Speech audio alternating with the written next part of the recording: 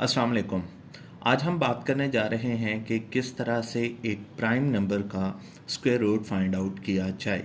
इसके लिए एक बहुत ही पॉपुलर मेथड है जिसको हम डिवीजन मेथड के नाम से याद करते हैं। सो फर्स्ट ऑफ ऑल मैं अपने क्वेश्चन को लिख लेता हूँ, that is find the square root of 3। अब जबकि हमें पता है कि 3 एक प्राइम नंबर है तो इसका स्क्वायर रूट एक इंटीजर नहीं होगा। तो अब हम अपने डिवीजन मेथड का स्टार्ट करते हैं और इसके लिए हम लोग सबसे पहले 3 लिख लेते हैं। अब 3 लिखने के बाद चूंकि मुझे पता है कि 3 एक कंप्लीट स्क्वायर या एक कंप्लीट परफेक्ट नंबर नहीं है, परफेक्ट स्क्वायर रूट यानी कि हम इसका फाइंड आउट नहीं कर सकते, तो हम लोग यहाँ पर लिखेंगे जो इससे स्मॉलेस्ट परफेक्ट स्क्वायर मौजूद है और वो 1 है। बिकॉज अगर मैं 2 का स्क्वायर लूँगा तो वो 4 हो जाएगा और 4 3 से ग्रेटर है, इसलिए मुझे इससे एक छोटा परफेक्ट स्क्वायर लेना है जो कि मेरे पास 1 है। Okay, so 1 into 1 times is 1। जब मैं इसको माइनस करूँगा तो मेरे पास आएगा 2। ओके, सो जब मैंने इसको माइनस किया तो मेरे पास आ गया 2। लेकिन अब क्या यही इसका स्क्वायर रूट है? नहीं। अब मुझे इसके लिए क्या करना है कि मुझे 3 से आगे कुछ डेसिमल पॉइंट्स के बाद नंबर्स लिखने हैं, लेकिन वो तमाम के तमाम नंबर्स सिग्निफिकेंट फिगर्स नहीं होंगे। वो जस्ट मैं अपनी कन्वीनियंस के लिए, अपनी आसानी के लिए लिख रहा हूँ और वो मैं पेयर की सूरत में लिखूँगा। वो मैं लिखूँगा डेसिमल 00।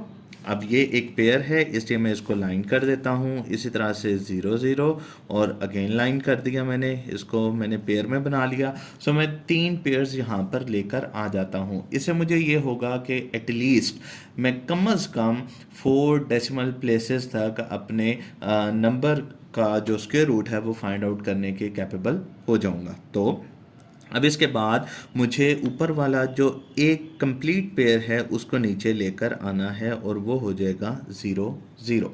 नाउ अब मुझे क्या करना है, मुझे यहाँ पर ये जो मेरा नंबर मैंने जिससे डिवाइड किया था 1, इसमें सेम यही नंबर यूनिट प्लेस के ऊपर जो भी मौजूद होगा मुझे वो ऐड करना है।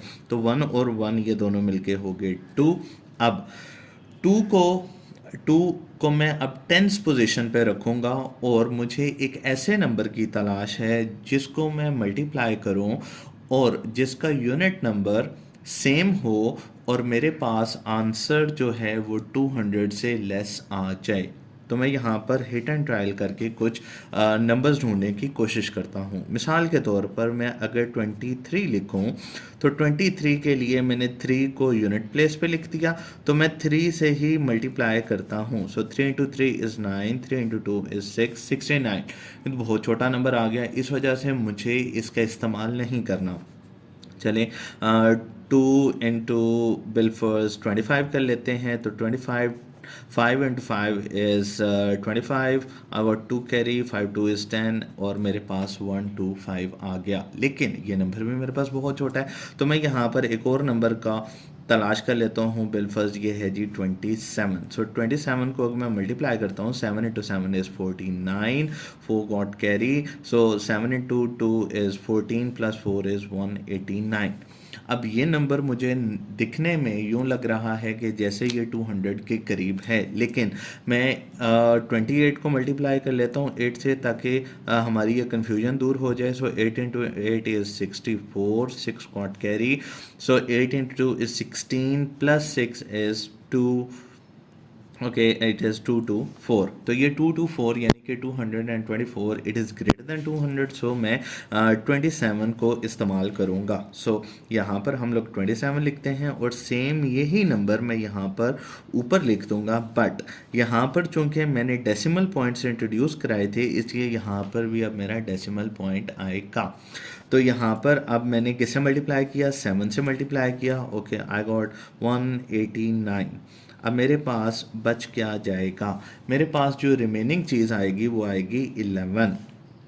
ओके, सो इसके बाद मुझे क्या करना होता है, मुझे अपना जो नेक्स्ट पेयर है ज़ीरोज़ का उसको मैं नीचे लेकर आऊँगा, तो मेरे पास आ गया 0 एंड 0 अगेन। नाउ अब मैंने जैसे पिछले स्टेप में किया था कि हमें यूनिट प्लेस वाले नंबर को पिछले नंबर में ऐड करना होता है। सो मैं यहाँ पर 7 को यूनिट प्लेस पे अगेन ऐड करता हूँ, तो मेरे पास ये हो गया 14 और 1 कैरी जाएगा, तो ये मेरे पास आ गया 34। ओके, सो अगेन हम लोग वही काम करेंगे कि हमें उस नंबर को ढूंढना है जो कि यूनिट प्लेस पे आए और हम उसके साथ सेम मल्टीप्लिकेशन कर सकें। सो अगर मैं एक रफ आइडिया लगाऊं तो 3 इंटू 3 टाइम्स इज़ 900। तो चलें मैं यहाँ पर सबसे पहले 342 को ट्राई कर लेता हूँ। से 342 into 2, okay, 2 times is 4, 8 and 12।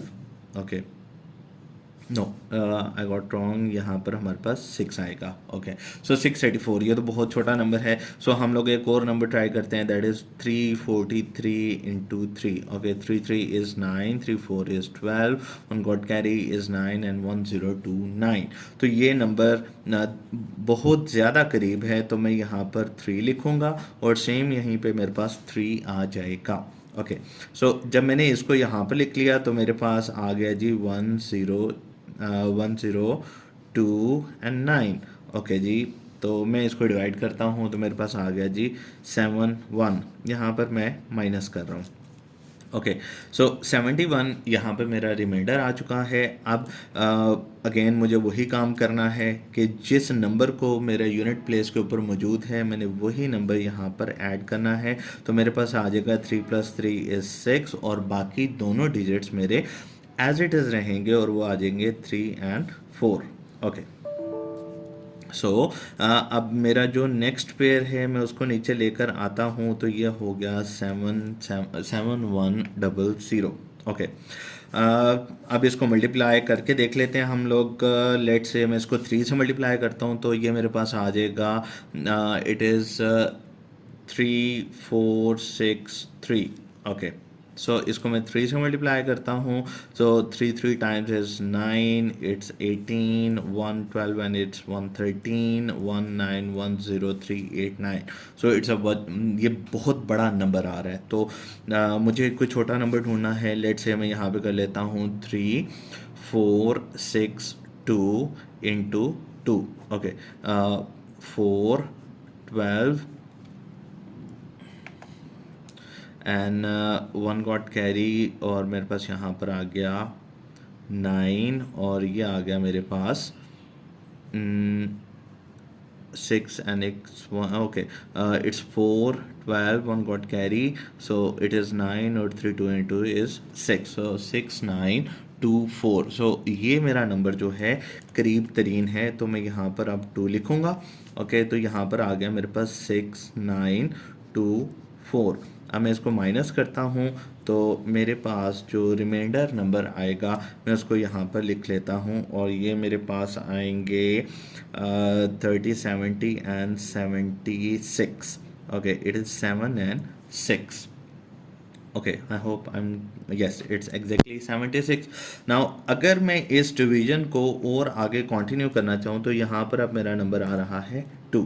Okay, तो अगर मैं इस नंबर को डिवीजन इसकी ओर आगे कंटिन्यू करना चाहूँ तो मैं इस प्रोसेस को जारी रख सकता हूँ, क्योंकि 3 मेरे पास एक प्राइम नंबर है और जब भी हम प्राइम नंबर्स को डिवाइड करते हैं या उनका स्क्वायर रूट लेते हैं, डिवाइड करने से मुराद डिवीजन प्रोसेस है, डिवीजन मेथड है। सो जब भी हम इस तरह के नंबर्स को स्क्वायर रूट फाइंड आउट करते हैं तो हमारे पास जो नंबर्स आते हैं, तो चलें सबसे पहले मैं उनको लिख लेता हूँ। ये आ जाएगा मेरे पास अप्रॉक्सीमेटली 1.732।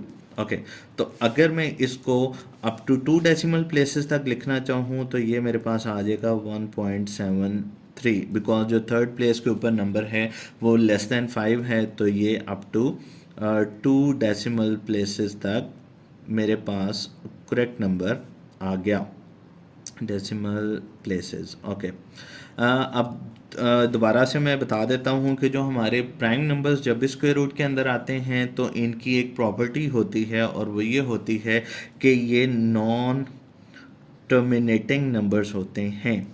नॉन टर्मिनेटिंग का जो कॉन्सेप्ट है वो ये है, non terminating and non recurring. Non recurring और नॉन टर्मिनेटिंग कौन से होते हैं?